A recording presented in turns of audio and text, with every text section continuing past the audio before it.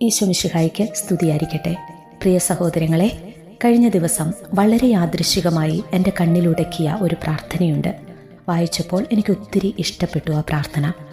ആ പ്രാർത്ഥനയിൽ ദൈവത്തിൻ്റെ ആത്മാവ് ഉള്ളതുപോലെ തോന്നി. ഓരോ തവണ ഉരുവിട്ട് പ്രാർത്ഥിക്കുമ്പോൾ സമർപ്പിക്കുന്ന നിയോഗത്തിൻ്റെ മേൽ ദൈവത്തിൻ്റെ കരം പ്രവർത്തിക്കുന്ന ഒരു അനുഭവം എനിക്കുണ്ടായി. നിങ്ങൾക്കും ഇഷ്ടപ്പെട്ടെങ്കിൽ ഇപ്പോൾ തന്നെ ഈ കൊച്ചു പ്രാർത്ഥന എഴുതിയെടുത്തോളൂ, പ്രാർത്ഥിച്ചു തുടങ്ങിക്കോളൂ. ഒരു സഹോദരന് ദൈവത്തിൻ്റെ പരിശുദ്ധാത്മാവ് വെളിപ്പെടുത്തി കൊടുത്ത പ്രാർത്ഥനയാണിത്. അദ്ദേഹം ആരാണെന്ന് എനിക്കറിയില്ല. ആ പ്രാർത്ഥനയുടെ ഉത്ഭവത്തെക്കുറിച്ച് അദ്ദേഹം എഴുതിയിരിക്കുന്നത് ഇപ്രകാരമാണ്: ഒരു തീരാവേദനയുടെ മനസ്സ് മുറിഞ്ഞ അവസ്ഥയിൽ യാത്രാമധ്യയുള്ള പ്രാർത്ഥനയിൽ അദ്ദേഹം ഈശോയോട് മനസ്സിൽ തോന്നിയ ഒരുപാട് സങ്കടങ്ങൾ വേദനയായി പങ്കുവയ്ക്കുമ്പോൾ ഈശോ അദ്ദേഹത്തിന് വെളിപ്പെടുത്തി കൊടുത്ത ഒരു പ്രാർത്ഥനയാണിത്. പ്രാർത്ഥന ഇങ്ങനെയാണ്: വിശുദ്ധ കുരിശിൽ തറയ്ക്കപ്പെട്ട ഈശോയുടെ തിരുക്കൈകളിലെ തിരുമുറിവിൽ നിന്ന് താഴേക്ക് ഇറ്റിറ്റു വീഴുന്ന തിരുരക്തത്തുള്ളികൾക്ക് താഴെ ഞാൻ എൻ്റെ ഈ ആവശ്യം സമർപ്പിക്കുന്നു. എന്നിട്ട് നിങ്ങളുടെ നിയോഗം ഈശോയോട് പറയുക. തിരുരക്തം വീണ് കുതിർന്ന ഈ പ്രാർത്ഥന ആവശ്യത്തിന്മേൽ ദൈവേഷ്ടമനുസരിച്ചും ദൈവിക പദ്ധതി അനുസരിച്ചും ദൈവിക വഴികളിലൂടെ ഈ ആവശ്യത്തിന്മേൽ തീർപ്പുണ്ടാക്കി തരണമേ എന്ന് ദൈവപിതാവേ, പാപിയായ ഞാൻ അങ്ങയോട് അപേക്ഷിക്കുന്നു. ആമേൻ. എത്ര അർത്ഥവത്തായ, എത്ര പവർഫുള്ളായ ഒരു പ്രാർത്ഥനയാണിത്.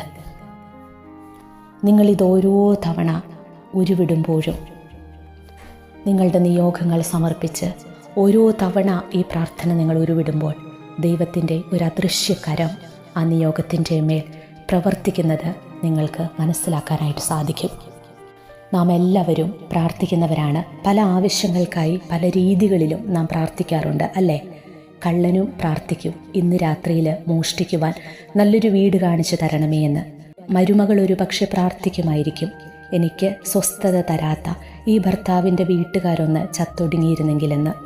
അവിഹിത ബന്ധം തുടരുന്നവർ ആരും അത് അറിയാതിരിക്കാൻ പ്രാർത്ഥിച്ചേക്കാം.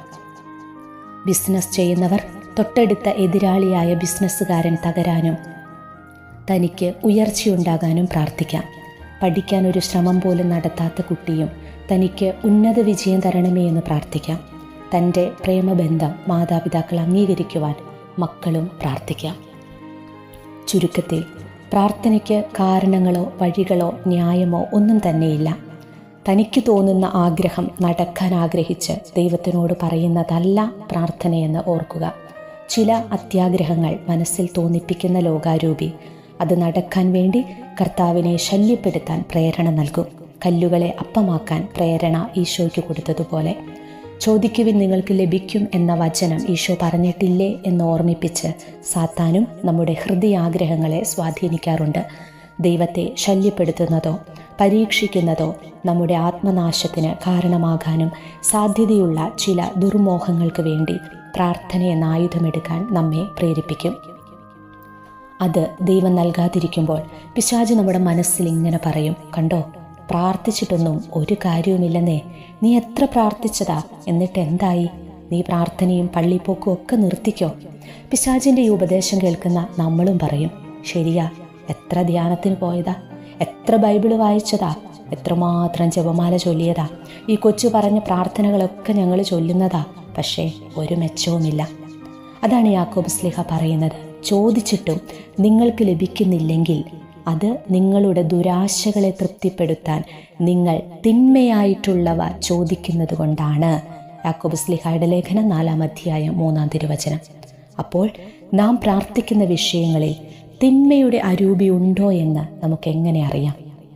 നമ്മുടെ ആഗ്രഹങ്ങളിൽ പിശാചിൻ്റെ ഉപദേശം എങ്ങനെ ഒഴിവാക്കാം? ഈ ചോദ്യങ്ങൾക്കുള്ള ഉത്തരമെന്നോണം ഈശോ പരിചയപ്പെടുത്തിയ ഒരു പ്രാർത്ഥനയാണ് ഈ പ്രാർത്ഥനയെന്നാണ് ആ സഹോദരൻ എഴുതി വയ്ക്കുന്നത്. ഇനി കുറച്ചുകൂടി മനസ്സിലാക്കി ബോധ്യത്തോടെ ഈ പ്രാർത്ഥന നമുക്ക് ഒരു വട്ടം കൂടി ഒന്ന് ഏറ്റുചൊല്ലാം.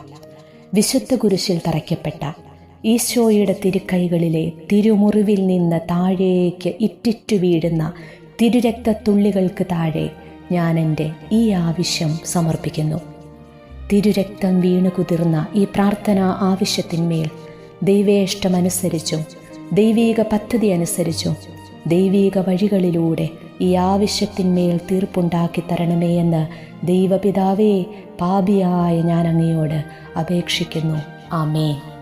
പ്രിയ മക്കളെ, ഈ പ്രാർത്ഥനാ രീതിയിലൂടെ നമ്മുടെ ആവശ്യങ്ങളെ കർത്താവിനോട് അവതരിപ്പിക്കുവാൻ നമുക്ക് ഇന്നു മുതൽ ആരംഭിക്കാം.